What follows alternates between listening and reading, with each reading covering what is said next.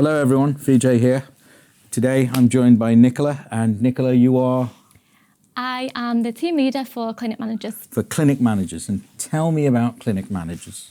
So clinic managers are, I like to say, the face of the clinic on the ground. First people you meet when you come in. Yeah, exactly. So we're the people you meet as soon as you get in. We're kind of holding your hand through your appointment. We're taking on those nerves when you first get there as well and helping you through that. And answering all the questions that they never ask the people who they're actually going to see, correct? Yeah, 100%. So they have a load of questions before they go in that they never ask them, and then they have a load of questions when they come back out that they never ask them either, correct? Yeah, exactly. Okay. Yeah. How long have you been with us? About 18 months now. About 18 months, Yeah. Wow, okay. So tell us what you were doing before you came here. So was working in dentistry. I've done TCO, dental nurse. TCO? Coordinating. Treatment coordination, dental nursing, Dental nursing, okay. yeah. So how long have you been in the industry for? Over 10 years now. Over 10 years Yeah. now, okay. And when you first got into dentistry, what was the motivation for you? Well, I took on a temporary position as a receptionist, actually, just for work initially. Right, okay. And then I loved the idea of dental nursing, went into that. Soon realised I much prefer being on the admin side. Okay. So went into that after that. Okay, but you're not really on the admin side. You're front facing. You're on the ground. You're sat at a desk. Nervous people walk in. Mm-hmm. So that's not really admin. So you're pretty much front facing, aren't you? Yeah. Okay. Yeah. What's different between 18 months here and everything that happened for the 10 years beforehand? I'm curious. Mm-hmm. I feel like here actually gave me a bit more of a voice. I could actually input ideas into things, gave me the confidence to actually speak up a little bit, and actually seeing the patients' journeys and what we actually do. It's not like cosmetic work anywhere else where, composite bonding, which you can see all day long. It's completely different. And just seeing how we can actually change someone's life and what they've been through before. Okay. Actually just makes you enjoy your job more. Why is that important to you, the whole change in the life thing? I'm curious. Just feels like you're actually making a difference to someone. So you're not just going to work 9 to 5 and no one actually cares what you're doing. Right. The patients do actually care, and they thank you and they send you holiday pictures and they message me on the weekend. Good. The message on the weekend. Yeah, which I love, to be honest. Yeah. I love that side of it. I love speaking with the patients and I want to touch on something you said earlier, which was interesting, right? You said that you only felt like here you were being heard. Mm-hmm. Why weren't you being heard everywhere else? I think, my previous role to here was coordinating, so essentially sales. Sales in healthcare. Essentially. Wow. Selling. What do you do? Sell a kidney? How do you do that? Basically. Cheap. Well, okay, right. Okay, cool. Keep talking. So I all day long, I can remember it now. I would sit and I'd go through a list of about 200 patients, and you just call through until one picks up. Yeah. Which was quite soul destroying. Yeah. Agreed. So, yeah.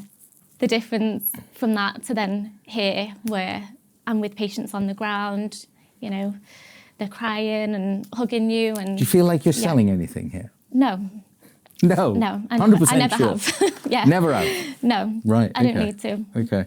I read an interesting comment somewhere, I think it was on the patient group, that apparently I'm a really good salesman, right? That'd be good if I was a salesman, but I'm not. Yeah. I'm a clinician. Mm-hmm. I've had this rule that to sell the treatment that someone needs who is sick is like trying to sell water to someone who's dying of thirst. Mm-hmm. Do you need to sell it? or do you just need to tell them, this is water, if you drink that, you won't be thirsty? Exactly. Right, okay. Tell me about your team. I have a great team. I'm biased, but I love my team. Yeah, but you picked your team. Yeah. Okay, so of course you think they're great because they're yours. Okay. Yeah. I think it's about 7, 8 of us now. Right. And we all kind of have our own little role within the team, but we can all jump in and kind of help each other. Okay. But we're all just really motivated, and yeah, it just works. And are all your team like you? I hope so. Well, I don't know. You're leading them, so I'm asking a question. Are they all like you? Yeah, they're all, yeah. Are they all doing it for the right reasons? Yeah. Are there any jobsworths in this group? No. No. You're confident of that? You're sure of that? Yeah. No, I agree with you because I've met them and I think they're absolutely great. But they all come from varied backgrounds, right? How long does it take any of them after they start here to ring you up and go, oh my God, is this for real? How long does that normally take? Honestly, I feel like within a week or 2, I can see it in their eyes. Like they're like, oh, this is the job. And I'm like, yep. I've always found this really odd. You know, I've been in dentistry now for 32 years. I've always found this really odd. I've never had a quiet day where I've had to go looking for work. But then neither of the clinicians that have worked with me, we've always had huge demand. And it was always about connecting the patient in need to the right thing for them. And there's no magic beyond that. But equally, I know something. For the patient, if you are going to a place for an assessment, for example, you've never met these people before, and you walk in for the first time and a total stranger greets you. Basics, okay. If they've got a miserable face, you're already put off. But if they've got a smile on their face, we go, maybe I'll try talking to them. Yep. That kind of stuff.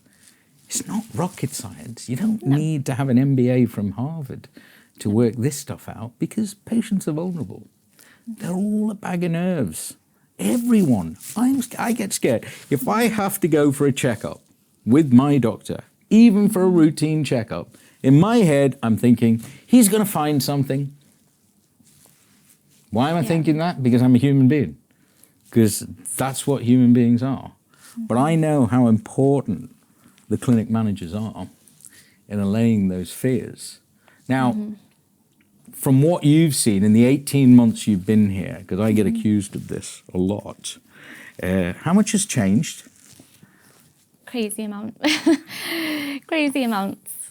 Like, yeah, but it's not nuts, though. No, it's... And who's driving it? Is it me or is it the patient demand that's coming in through the door? Yeah, it's the patients that, See, I think this is the bit that I need everybody to understand. You've been here 18 months. We started 3 years ago. We're now at 127 people. You have a team of how many? 7. 7, yep. Right? Yep. And how many teams in this company? Loads. Yeah. Can't Lose count. count. Yeah. And it's all being driven by patient demand. And you and your team are probably one of the most important steps because it's that first one-to-one contact at a human level that anyone who engages with us makes. Yes, you speak to people on the phone. Yes, you text people. But the first human contact is that one. Yeah. Just in the time that you've been here, how much raw human emotion can you read when they walk in through the door for the first time? Everything. I feel like I've got a good radar for it now. How scared is everyone? Yeah, pretty much everyone that comes through. Has I don't think there's... anyone ever walked in through the door and said, I am so looking forward to this. It's nuts. I really want somebody to stick their hands in my mouth and do all kinds of mad stuff. Anyone ever said that? No. Do you think anyone ever will? Probably not. Okay. But then sometimes that anxiety transmits, not negatively, nobody's doing that intentionally, but when people are nervous, they can come across a little bit abrupt. You've experienced that? Yeah. How important is it for you and your team to look beyond that and just keep them on the straight and narrow and go, listen, I'm not your enemy. Yeah. I'm trying to help. Why don't we have a drink or a cup of tea or whatever and just chill? Tell me what's bothering you and I'll make sure that it won't bother you. That kind of stuff. How important is it for your team? Really, like, the most important thing. I kind of do that most days. I'll go in, kind of see how they're feeling a little bit. How'd you do that? Tell me, how'd you do that? How can you tell? I'm personable with them, so obviously using the names and obviously... Yeah, but is that an effort for you or does that just come naturally? That's just kind of a natural thing, yeah. Is that the same with all your team? Yeah. Yeah, pretty much. Sorry, I didn't mean to interrupt. Yeah. Keep going. And then just kind of make them feel a little bit more relaxed when they go into the patient's suite. I'll let them know, you know, they can put the TV on if they want a distraction for a few minutes, grab a water, a drink, and then I'll tend to have a little chat with them then about where they've travelled from, just kind of get them to open up a little bit, relax a little bit, and then naturally then the conversation tends to go into other parts. So yeah. Okay. And now you shuffle them off to see the clinical team, the nurses, you hand over to the nurses and the nurses then introduce them to our clinicians and then they go through this whole process and they come back out. Tell me, are they the same people that came in through the front door an hour earlier? No. What's changed? What's changed? This is the bit I really want to hear. They come out and it feels to me as if I've known them for 3 months because they're so excited to tell me that It's been approved. It's been approved. They've been approved. So I love that word. Can I just clarify, right? This approved thing and not approved thing. I'd say 90+% of patients, we can literally look at the screen and go, yeah, that's a slam dunk. But even for us, who do this day in, day out, I've been doing it for over 2 decades, sometimes there are some people that we just need to think about a bit more. And it's mainly for their benefit. yeah. But then you've had some people come out going, oh, I think they're going to reject me. Yeah, we're not dating. This is about medical calculations, right? But you know when they come, let's talk about the ones who come out who are now excited, like completely different to the way they were an hour and a half earlier. Yeah. Right? Tell me then the energy. It's amazing. They come out, I can already see they've been approved, so I kind of know. They're dead excited to tell me the next steps, what can they do to get booked in. They're asking me for surgery dates. They're just ready to go. And it's like a relief, I think, for a lot of them, because they've been building up to the appointment. So, yeah, it's just nice to see. Yeah. Let's talk about the other crew. The ones where we just want to be sure, and we want to run additional calculations. Tell me about them when they come out. Obviously, not as excited. They still have a little bit of that apprehension. We get that. If it's going to be a yes. Okay. So I just tend to give, a little bit more reassurance. It's not a no, which is the main thing. But knowing the clinicians that work here, you know them all, right? Right. Knowing the clinicians that work here, why are they taking this additional step? For their safety, so... Whose safety? Patients. Patient safety. Yeah. I think that gets, not understood. That, okay, for me it's weird. Maybe it's because I've never been through the journey myself. I've done it to thousands of other people, but I've never actually been on the receiving end of it. Patient safety is paramount to me, as it is for all the clinicians that work here. I don't think it's a weird request to have an additional week of thinking time so we can communicate with our colleagues together, just so we come to a consensus and go, we think if we do this and we use this strategy, the patient is definitely safe and it is worth their investment. Yeah. It doesn't matter how many times we tell them that that's what we're doing, they still feel disappointed. Yeah. I think they build the day up so much for the assessment, so... Which we understand. Yeah, I get. But we're actually not trying to let them down. We're just trying to find the safest way because it's so complex. It's not a one-size-fits-all. We're not a shoe shop selling only size 7 shoes. Yeah. Every single one has to be calculated. But even then, so we put them into further planning. I'd say right now, it's between 8 and 9 times out of 10, we'll find a way. Yeah. And you've phoned them up and told them, haven't you? Yep, previously. Tell me what happens when you phone them up and tell them. I mean, that's a great day for me, letting them know that they've actually been accepted, and sometimes tears on the phone. Tears on the phone? Noises and screams in the background. Oh, wow. Okay. And then the relief again that, okay, it's actually happening now. I know that no one in this company is guilty of this because I know how focused everybody is on patient care. But I also know, and it's something we talk about as a group quite regularly, we must never, ever, ever become numb to the fact that no matter how many people we treat, for the next person in through that door, it's probably one of the most important days of their life. And we just have to remember that it's as important, no matter how long we do this, no matter how many people we help, for that next person, it's hopefully a once-in-a-lifetime event, and it's taking them from where they don't want to be to where they need to be for the rest of their lives. And that bit, sometimes, okay, even me, you know, I'm getting old now, my grey cells aren't working like they used to. Need a bit of time to just work it out and plan it. But then you know the joy side of it, don't you? Yeah. You also see them at the end. You and your team see them at the end. So I'm going to ask you exactly the same question I asked just before. What's that like? My favourite appointment. Your favourite appointment? Favourite type of appointment, seeing them at the end.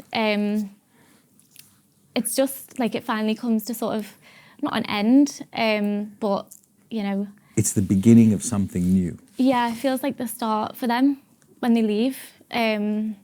You know, we do the champagne and the pictures and everything, but it can be quite emotional most days, to be honest. But I just love seeing that side to it. And now you've been here for 18 months, you see them at annual maintenance as well. See, the thing is, because patients are living their life on a minute-by-minute, hour-by-hour, day-by-day basis, they don't see the metamorphosis. But you guys do. Yeah. So you see them come back a year later. Tell me what's changed. They walk in like, you know, as if I'd seen them last week. They just stroll in here and it's very casual to them then. This is very normal for them to come in here. And you us. remember when they first came in and they said, I haven't been to a dentist for 20 years because I hate the dentist. And now they're walking in like it's their favourite cake shop on the high street, right? Yeah. That's what I thought. That's the bit that I really love. The bit that I love is seeing them become, in my view, who they were always supposed to be, had they not hit this speed bump in the road, because it can happen. But to watch them at the other side, and it's the bit that's always motivated me, nobody has to live the way they were living.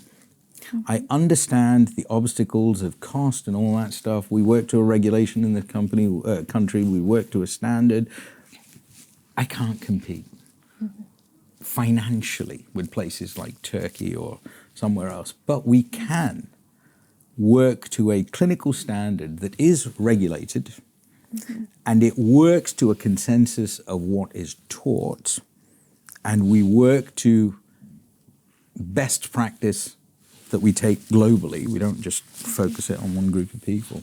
And then you see them 12 months later benefiting from that. And we see this dramatic change in them. They go from shrinking violet to huge peacock, correct? With the feathers out and all that stuff. I think that's the bit that really, really I love so much. I've got patients who I see now who I treated 15 years ago. They can't remember the wreck they were the day they first came. I can. I'll never forget that. But they can't remember it. They're like, really? I was that nervous? Yes, you were crying. Oh, no, never. Yeah, you were. But then you're seeing it, you and your team are probably the closest thing to my journey as a clinician out of everybody, because you're the first point of contact. You're the people that literally the first human beings that they interact with in what they analogize with an industry that's always terrified them. Yeah. And you're sort of blowing the lid off that and making them get comfortable. Wait a minute, we're human too, just like you, trying to help you. Why don't you have a coffee in there? No one's going to bother you. Don't worry, I'm watching the door. No one's getting in. That kind of stuff. Yeah. So the future, you know this. We're desperately trying to open more clinics. We can't recruit quick enough, correct? Yeah. Yeah, let's talk about that for a second. You recruit, don't you? Yep. How many people have you interviewed that genuinely would fit in with our work culture and not just looking for a job? Not many. Right. Yeah. Right. How many people lie to you that they are exactly what we're looking for and then get in here and don't behave the way we want them to with our patients? A few. A few. Yeah. Ooh, to which we've had to say goodbye. Would you want to dilute that, or would you want to be even stricter on the kind of person that they first meet? Yeah. You, I mean, it's your team. Yeah. At the end of the day. Exactly. You want that first point of contact to be a great experience and not for them to see some job's worth who doesn't really care. Yeah. Correct? 100%. Right. So do you feel guilty or bad about being this strict in your process of... No? Nope. Good. Just glad to hear it. So look, thank you very much for opening our eyes on what clinic managers actually do, and they're trying to help you. So I know how anxious you guys are when you come in for the first time, but trust me, I know this crew.